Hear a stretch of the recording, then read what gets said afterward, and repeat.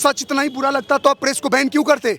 आप पत्रकारों को बैन क्यों कर? सुनो, मोहब्बत की दुकान खोले हुए हो ना, सच सुनने का हिम्मत रखो। कौन है ये लोग? नाली के कीड़े हैं। मैं बोलता हूँ इन लोगों को मेरे ऊपर लगाए लोग, जो भी केस लगाना है एनएसए लगाए, चाहे मेरे ऊपर हेट स्पीच का केस लगाए। By the profession we are educated one, we are not type अंगूठा छाप that I am passing any type of statement की कुछ नहीं पता है। ये वो जो लोग सरकार को वोट नहीं देते हैं वही लोग सरकार की सबसे ज्यादा योजनाओं का फायदा उठाते हैं, वही लोग सरकार का सबसे ज्यादा विरोध करते हैं और वही लोग देश के प्रधानमंत्री को सबसे ज्यादा गाली देते हैं। आज पत्रकारों पे आप बैन लगा रहे हो, बात करते हो फ्रीडम ऑफ प्रेस की। कैसा फ्रीडम ऑफ प्रेस?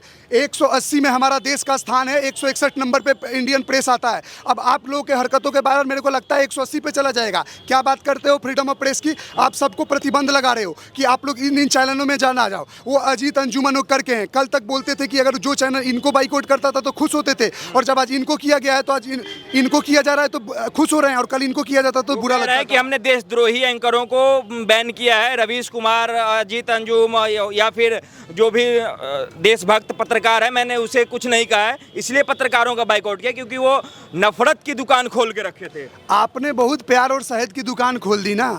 देखते हैं ना, आ रहा है ना 24, परिणाम मिल जाएगा। और आप ये सोचते हो कि भारत का युवा और भारत के लोग आपको अपोज ना करें, मतलब आपको अपोज होने से डर है। इसका मतलब तो कल वही हाल करोगे मनीष कश्यप वाला, हमें भी एनएसए लगा के अंदर करवा दोगे।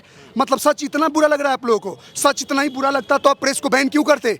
आप पत्रकारों को बैन क्यों कर? सुनो, मोहब्बत की दुकान खोले हुए हो ना, सच सुनने का हिम्मत रखो। विपक्ष और लोगों का कहना है कि जब से मोदी सरकार आई है तब से इस देश का अल्पसंख्यक जो है वो खतरे में है। अरे कब खतरे में था? खतरे में 1947 में नहीं था, खतरे में 1985 में नहीं था, खतरे में 2008 के मुंबई अटैक में नहीं था। मतलब खतरे में अभी आ गया। बंद करो ये नाटक। खतरे में आप लोगों के चलते था, आप लोगों ने लड़ाया। बीजेपी कब आई है? 80-85 की पार्टी है ये। उससे पहले क्या दंगा नहीं हुआ है देश में? आज़ादी के टाइम कैसे लाखों लोग मर गए? मोपला राइट्स के बारे में पता है? खिलाफत आंदोलन के लाखों लोग मर गए, वहाँ लोग कैसे मरे? मतलब हिंदू मुस्लिम बाद में ही हुआ, मतलब मोदी जी आए और मुस्लिमों का मन भर। अरे भैया ये बंद करो। मुस्लिम भाइयों से भी पूछो किनका उनका 3 तलाक बंद किया गया तो क्या औरतों को सम्मान का अधिकार नहीं मिला? आज मध्य प्रदेश में आज वो क्या किया, लाडली योजना लगाया गया, उससे 450 रुपये का सिलेंडर दिया जा रहा है। तो क्या उसमें के लिए है ना मुस्लिम पर्सनल लॉ बोर्ड है तो हमारे लिए तो भी नहीं है। हमारे लिए तो भी हिंदू पर्सनल लॉ है। क्या हिंदू बोर्ड है? नहीं है ना। बट हम अगर इतना ही माइनॉरिटी से हेट करते तो ये सब बोर्ड्स तो नहीं होती। बट ये तो सरकार ने दिया है ना, चाहे वक्फ बोर्ड हो, चाहे कोई भी इंप्लीमेंट चीज़ किया गया है तो सोचा गया है। किसी को क्रिटिसाइज करना इज़ टू ईजी, बट आप किसी का विरोध करने से पहले सोचो कि आप क्या बोल रहे हो, क्यों बोल रहे हो।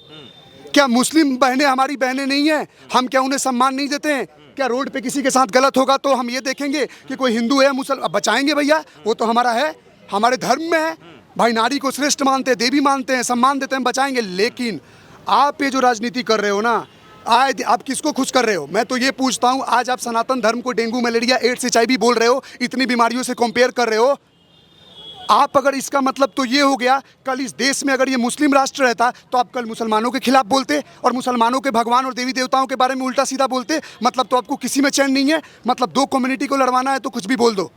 कि ये क्या 2014 के बाद बेरोजगारी आई है कि 2014 से पहले बेरोजगारी था?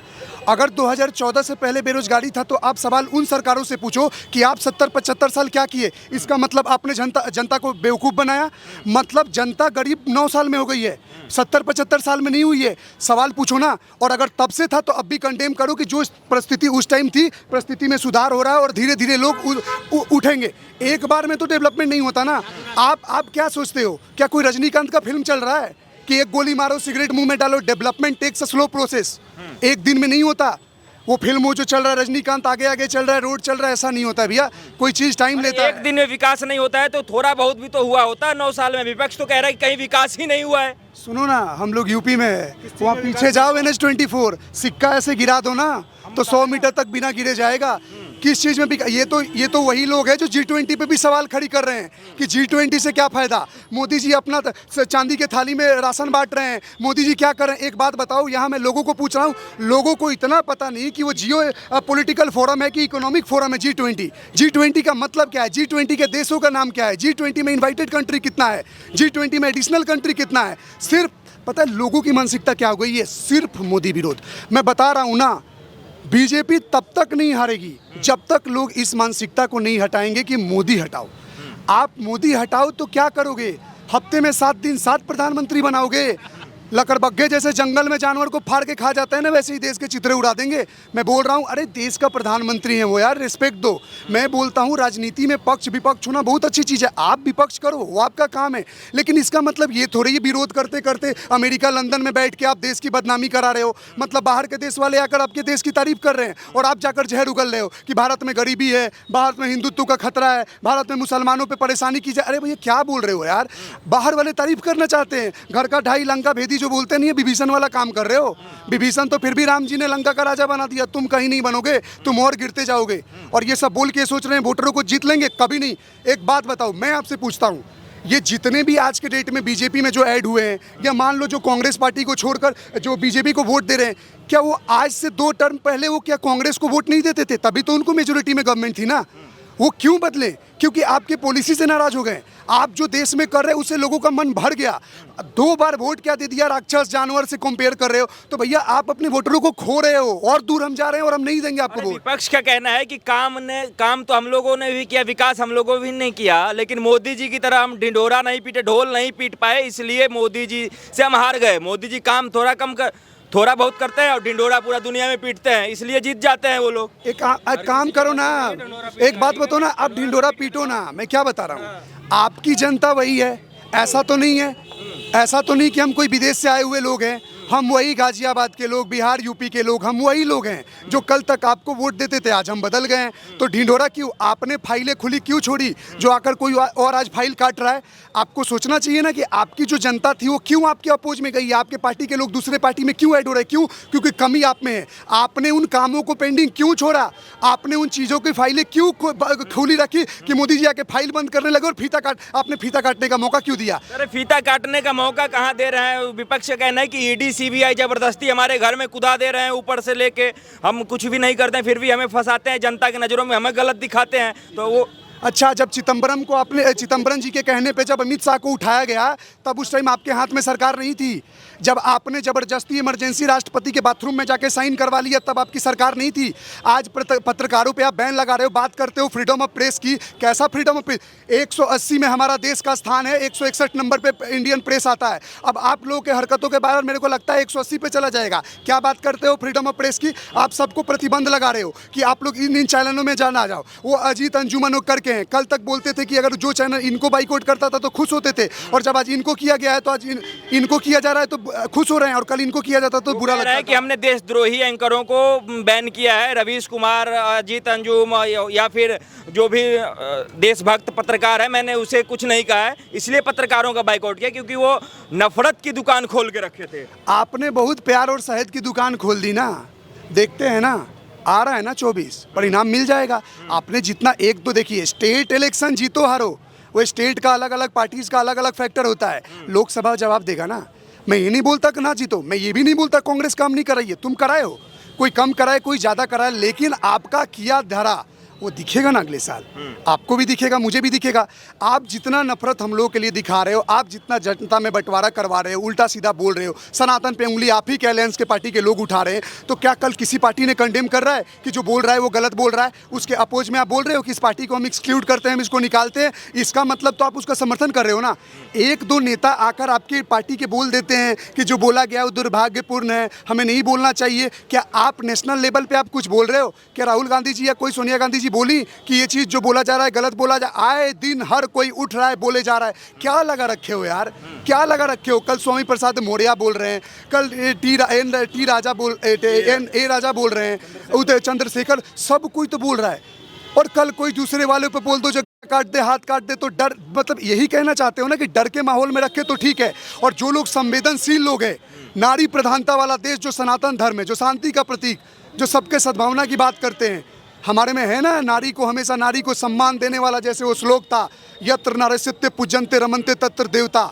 जहाँ नारी का सम्मान हो, जहाँ नारी की पूजा होती है, वहाँ देवताओं का वास होता है। आप लोग क्या कर रहे हो? वैसे धर्म पे टिप्पणी कर रहे हो, ऐसे आप बात करते हो, किसी धर्म पे मत बोलो, हिंदू मुस्लिम विवाद मत करो, लेकिन आप कैसे हमारे के बोल रहे हो? मतलब आप मेजोरिटी कम्युनिटी पे आप 4 बार दिन में गाली देकर आप सो जा रहे हो। क्यों? हमारी आस्था आहत नहीं होती है? आप हमें डेंगू, मलेरिया, एड्स और ये क्या HIV से कंपेयर कर रहे हो, और अब बात कर रहे और वो घटिया बिहार का चंद्रशेखर क्या बोल रहा है? साइनाइड ये है, ये मोनोऑक्साइड की तरह गैस है जो अपने आप सूंघ के मर जाएंगे। ये क्या बात करते हैं? ये पता है इन लोगों को ना वहाँ की, आपको लग रहा है ना ये बोल बोल के बहुत महान काम कर रहे हैं, आपको अपकमिंग इलेक्शन में इन लोगों को पता चलेगा, कभी नहीं कुछ भी आएंगे। बोल रहा हो डॉक्टर साहब, लेकिन इस बात को मानते हैं कि नहीं? बीजेपी कहती है कि हम हिंदुत्व के लिए सबसे बढ़िया काम करने वाले पार्टी, हम हिंदुत्व के सबसे बड़ा संगठन है। तो जब हिंदुत्व का सबसे बड़ा संगठन आपके सेंटर में है, हिंदुत्ववादी नेता आपके सेंटर में बैठे हुए हैं, तो कैसे सनातन खतरे में आ जा रहा है, कैसे हिंदुत्व खतरे में आ जा रहा है? अच्छा एक बात खतरे में बताइए, इसलिए आ रहा है ना, कोई साथ नहीं है, एकता नहीं है, इसलिए तो खतरे में आ रहा है वो। अगर साथ होते तो कैसे खतरे में आ जाता? रही बात सनातन धर्म की, अगर सनातन धर्म के बारे में किसी नेता ने, किसी भी कोई कितना बड़ा विधायक हो, किसी ने भी कुछ बोला ना, तो मैं बता रहा हूँ शांत नहीं रहने वाले। मैं कह रहा हूँ अपना काम करो, चुपचाप करो। नेतागिरी दिखानी, नेतागिरी अपने घर बैठ के अपने जैसी चल रही है उसे चला लो। सनातन धर्म के ऊपर किसी ने टिप्पणी करी, मैं कह रहा हूँ बहुत बुरा हो जाएगा। कोई हिंदू, कोई युवा, अगर मैं जैसा बोल रहा हूँ, अगर कोई जाग गया ना, तो मैं कह रहा हूँ कोई नहीं बच पाएगा भाई साहब।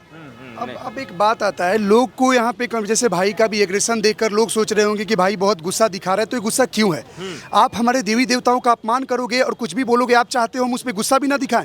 मतलब कल भाई ने जो स्टेटमेंट पास किया, कल तो आप हेट स्पीच का केस डलवा दोगे, वीडियो क्लिप काट के कि देखो हिंदू युवा कितना खतरनाक हो गया है, कल ये जय श्री राम ना बोलने पर तलवार से देंगे और आप कल केस लदवा दोगे। मैं एक बात पूछता हूँ, लोगों के माइंड से ना आपके चैनल के थ्रू एक कॉन्सेप्ट चीज क्लियर करना चाहता हूँ, हिंदुइज्म और हिंदुत्व का डिफरेंस। लोगों के अंदर ये भ्रम होता है कि जैसे हिंदुत्व है क्या, मतलब जय श्री राम नहीं बोलोगे हम गलत देंगे, ये हिंदुत्व है? या ये, मैं आपको बताता हूँ हिंदुइज्म क्या हो गया। कोई भी वैदिक कल्चर हम करते हैं, कोई पूजा पाठ करते हैं, कोई हवन करते हैं, मंदिर में जो भी हम अपने धर्म के रिलेटेड काम करते हैं, तो पद्धति जो करते हैं, जो प्रोसीजर करते हैं, उसको हिंदुइज्म बोलते हैं। लेकिन कोई असुरी प्रवृत्ति का लोग, कोई हमारे मंदिर तोड़ने आए, कोई हमारे यज्ञों को ध्वस्त करने आए, कोई हमारे धर्म पे टिप्पणी करने आए, कोई हमारे धर्म के बुरा भला कराए, उस धर्म की रक्षा करने के लिए जो हम युद्ध करते हैं उसको हिंदुत्व कहते हैं।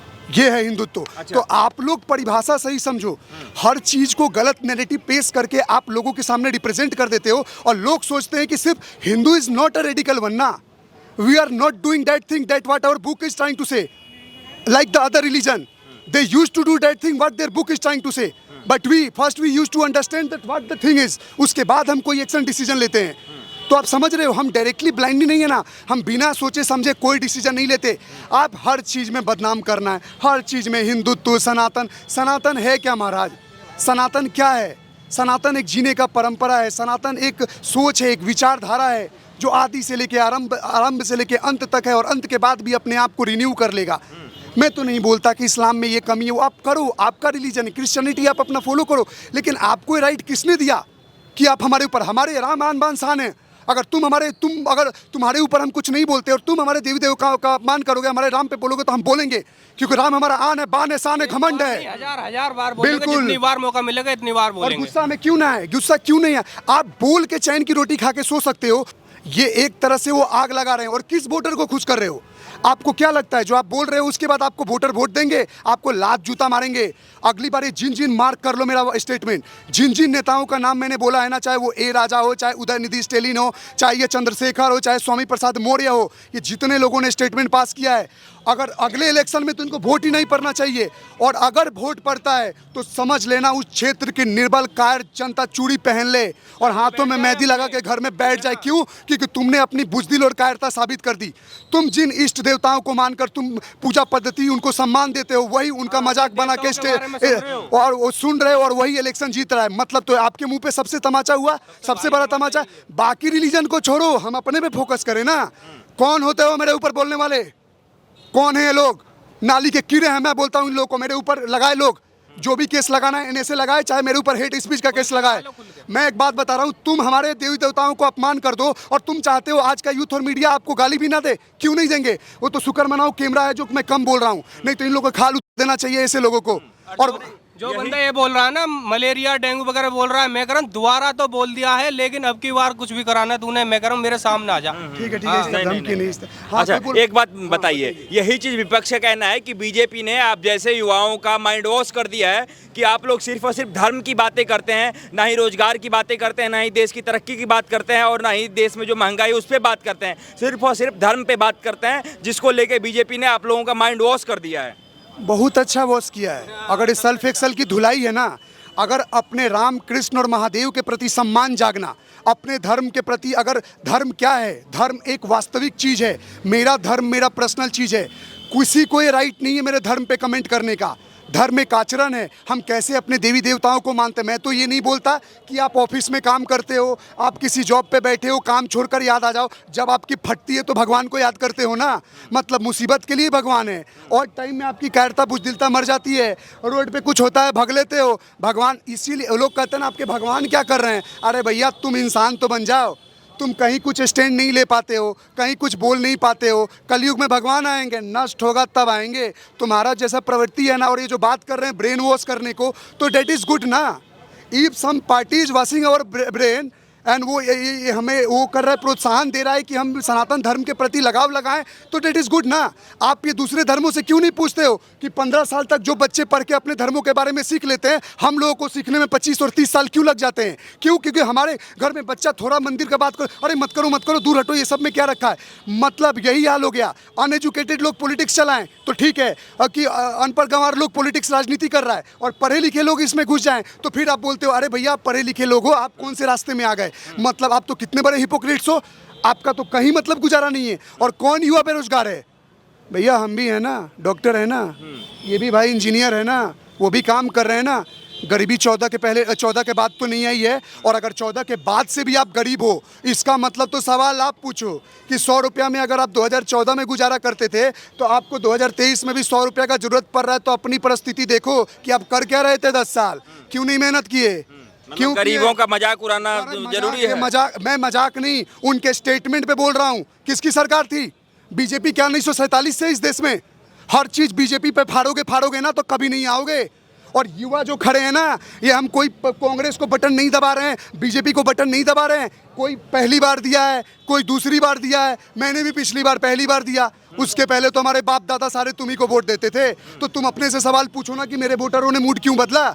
सवाल बीजेपी से मत पूछो, सवाल अपने आप से पूछो। कांग्रेस का कहना है कि 70 सालों में मान के चलो जो भी किया हमने किया, अब उससे भी ज्यादा करेंगे, हम देश को विश्वगुरु बनाने वाले हैं, तो युवाओं को साथ देना चाहिए कि नहीं देना चाहिए? करेंगे, कर तो नहीं रहे ना। अब सुनो, करने का बोलने को तो कुछ भी बोल दूं।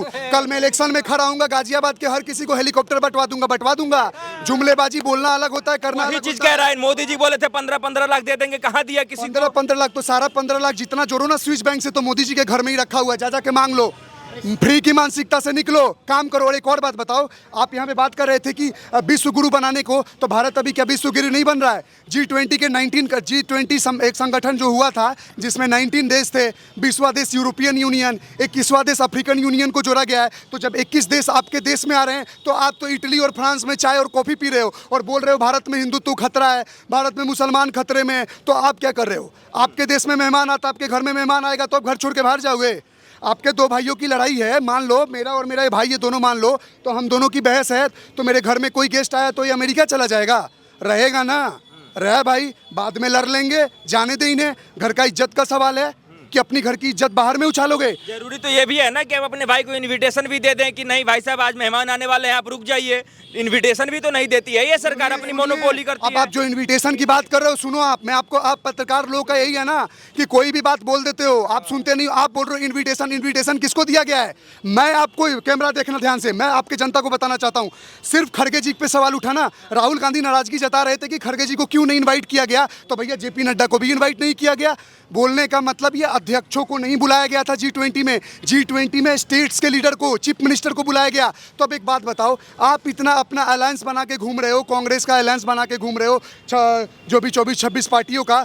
आने को तो ममता बनर्जी आई, हेमंत सोरेन आए, और उसके बाद ममता बनर्जी, नीतीश कुमार आए। तो ये क्यों आए? इनको पता है ना हमें राज्य में अपना डेवलपमेंट चाहिए। ये जो अवसर मिला है, बड़े बड़े देशों के डेलीगेट्स आए हैं, तो हमें मिल के अपने स्टेट्स के लिए कुछ करवाना है। अब आया कौन कौन नहीं? जो लोग 3 लोग नाराज थे कि खड़गे जी को जाना चाहे, पहला राजस्थान के मुख्यमंत्री अशोक गहलोत जी बोलते हैं कि हमारी हेलीकॉप्टर नहीं जा सकती है। फिर भूपेश बघेल जी छत्तीसगढ़ के मंत्री, वो बोलते हैं कि नो फ्लाई जोन दिल्ली को बना रखा है। और एक आपका ये कर्नाटका के जो है सीएम, वो बोलते हैं कि वो कहीं मीटिंग में जाना तो चले गए। मतलब आपके देश में इतने बड़े बड़े डेलीगेट्स आए हैं, इतनी बड़ी बड़ी डील साइन हो रही है, और आप गायब हो। अब लोग ये पूछते हैं भैया G20 से क्या फायदा? मोदी जी तो 4000 रुपया खर्चा कर दिए। मैं बता रहा हूँ G20 से क्या फायदा। पहला जी फायदा, मिडिल ईस्ट यूरोप कॉरिडोर बन रहा है, जिसके फर्स्ट फेज में मुंबई से लेकर यूरोपियन कंट्री को अरब कंट्री को कनेक्ट किया जाएगा। उसके सेकंड फेज में अफ्रीका यूरोपियन से आपका अफ्रीकन से मिडिल ईस्ट से आपको कनेक्ट यूरोपियन कंट्री में किया जाएगा। मतलब आप मुंबई में बैठो और आपका फ्रांस, जर्मनी, स्पेन जहाँ घूम के आना है घूम पाओ। तो ये नहीं हुआ। फिर आपका बायोफ्यूल पे आया। बायोफ्यूल पे 300 बिलियन का इन्वेस्टमेंट हुआ है। 300 बिलियन में आने वाले 3 साल में कितना रोजगार मिलेगा उस पर बात नहीं होता है।